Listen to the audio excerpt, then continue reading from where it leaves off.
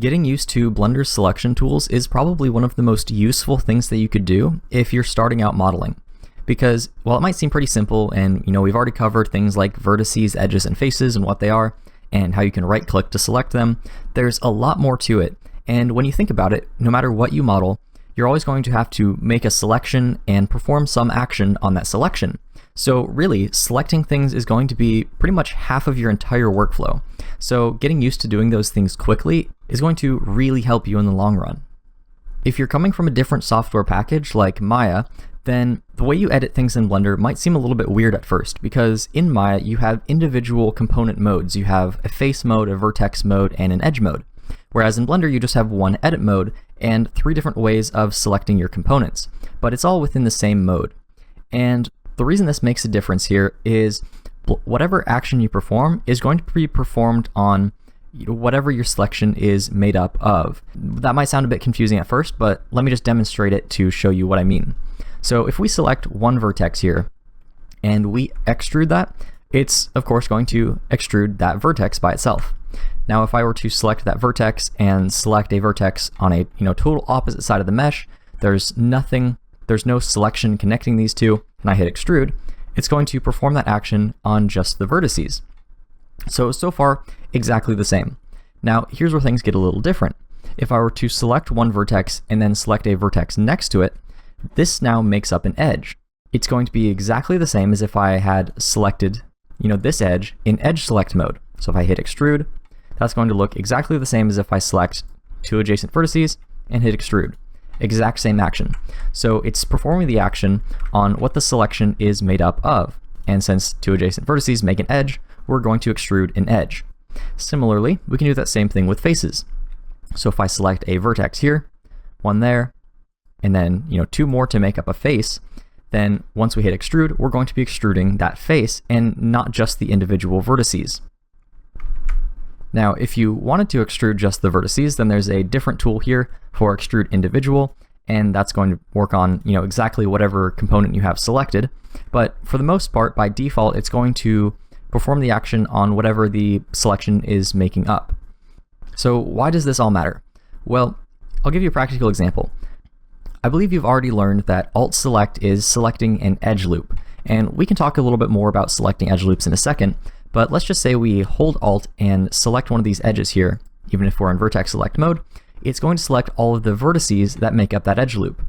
However, if we select the edge loop next to it by holding Alt and right clicking, or holding Alt and then shift right clicking to select both of them at the same time, it's going to select all of the faces in between, because it's selecting this vertex on the left as well as this one on the right, and since they're connected, and they're connected down here as well, it's going to make up a face. Now, if we were in edge select mode, and we hold Alt and select an edge loop, we're not selecting the vertex there, because you can see as we hold Shift and then Alt select again, we're not selecting anything in between. So in this case, we can perform an action on these two separately. So we can pull these out without pulling out the faces in between. Now, extrude individual is another really good example of how these work differently. So if you're in edge select mode and you hit extrude individual, it's going to extrude all of these edges individually.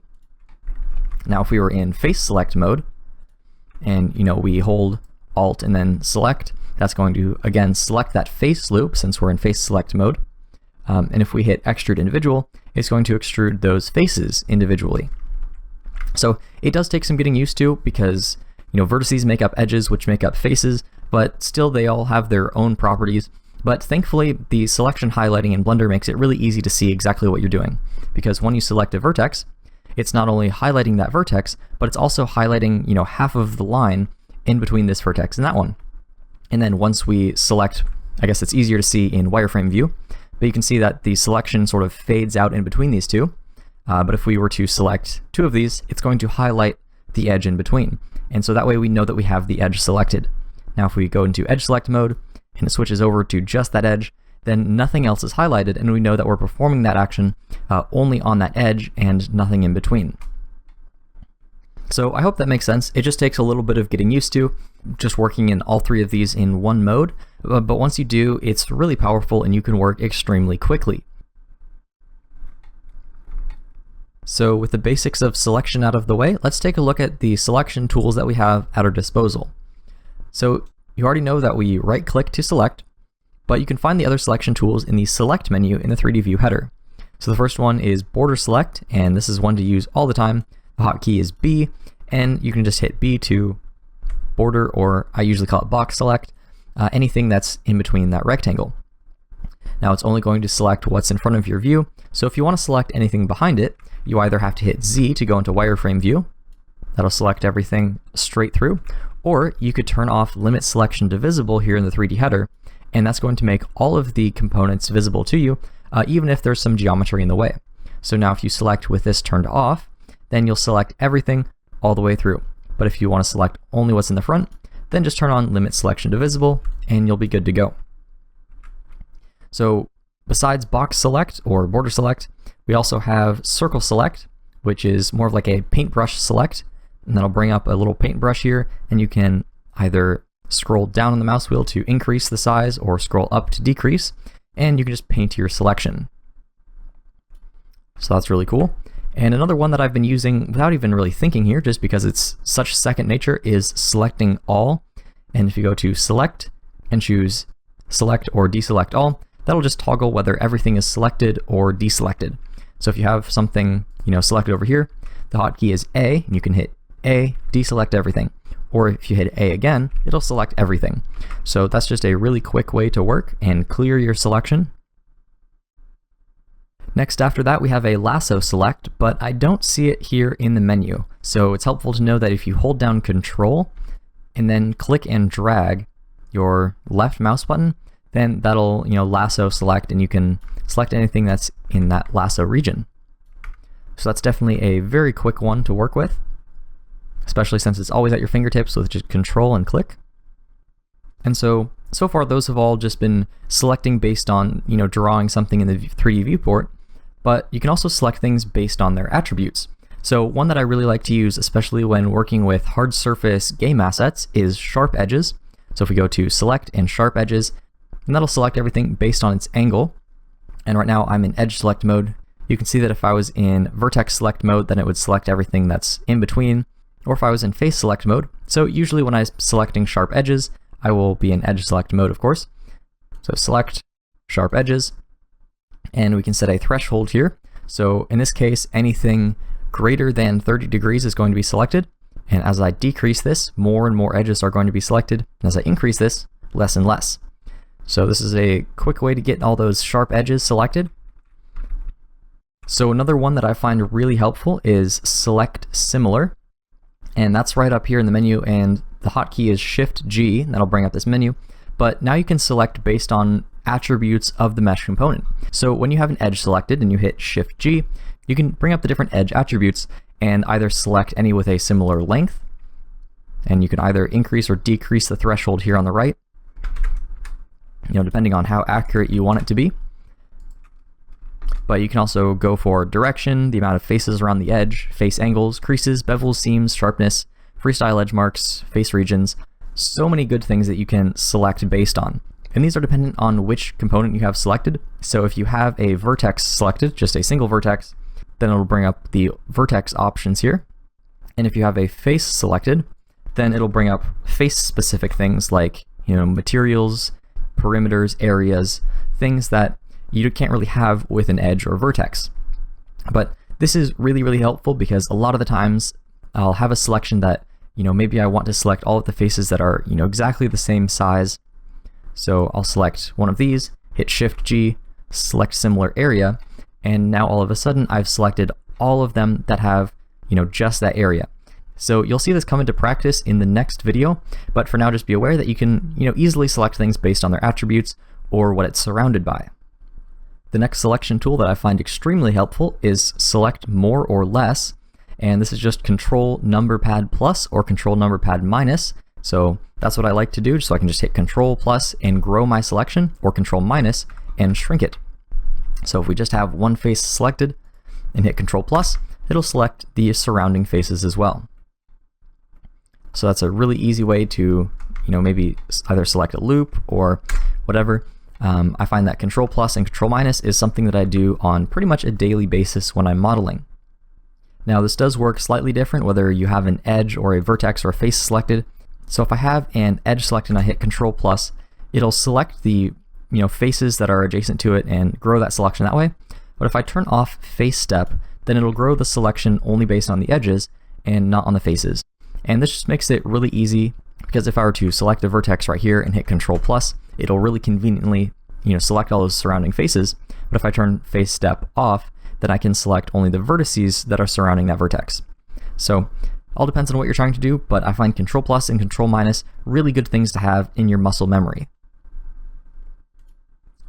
The next one that I use a lot is select shortest path, and this one's interesting. If you select a vertex and then shift select some other random vertex that's not even connected, you can go to select and shortest path, and it'll just find the shortest path between the two and select it. So I find this extremely helpful, specifically when I'm creating UV seams, where I can take an edge. Let's say I want a seam running from this side of his face to the opposite side of his face. I can just select that one edge. And then the hotkey for this is Control and selecting the next one. So instead of shift selecting, I can just hold down Control and right click, and it'll automatically select everything in between both of those edges. And so this works for faces and vertices as well. Let's just select one face here on the front, hold down Control, select a face on the back, and it'll quickly choose whichever the shortest path is between those two and select it. So this one's again extremely helpful as well. And by the way, if this is overwhelming, if there's so many selection tools, first thing is pause the video on one of these and practice it for yourself, and then come back and play. Pause, practice it for yourself, then come back. And I'm also kind of going rapid fire a little bit here, because I want you to be able to come back to this video and be able to quickly find one of these things if you've forgotten it in the future. So it's sort of half for reference for the future, but also so that you can quickly get used to all of them right now. So another one that I generally use all of the time is selecting something that's linked. And what that just means is any of the mesh that's connected to whatever you have selected. So Suzanne here is a perfect example, because this monkey has eyes that are not actually connected to the rest of her face. So if we go into wireframe mode by hitting Z, then you'll see that we have this eyeball here, and I guess we could even go inside the mesh. Yeah, you can see that it's not actually connected to the face in any way. So a quick way to check that is we can select a vertex here, go to select, and then select linked, or we could use the hotkey Control L. Once you do that, it'll select everything that's connected to that vertex, and we can move it around and whatnot all by itself. So this is extremely helpful. And so if I wanted to modify just these two eyeballs, I could just hold shift, select any vertex on this eyeball, hit Control L, and move these around without impacting anything else. And lastly, I believe you've already learned about edge loops and edge rings and things like that, so I won't cover them too extensively here. But just know that you can also go to select, edge loops, and edge rings right here in the selection menu here at the top. And since I only have one vertex selected, it's not really sure what to do. So let me select two vertices to make an edge, and select edge rings. There we go. But you can also do this with the hotkey Alt, and then selecting right along an edge. There we go. So that will be an edge loop. Alt and then select. And of course you can shift select to add to anything at any time. And opposite of that, if you wanted to select an edge ring instead of an edge loop, you can hold Control and Alt and then right click.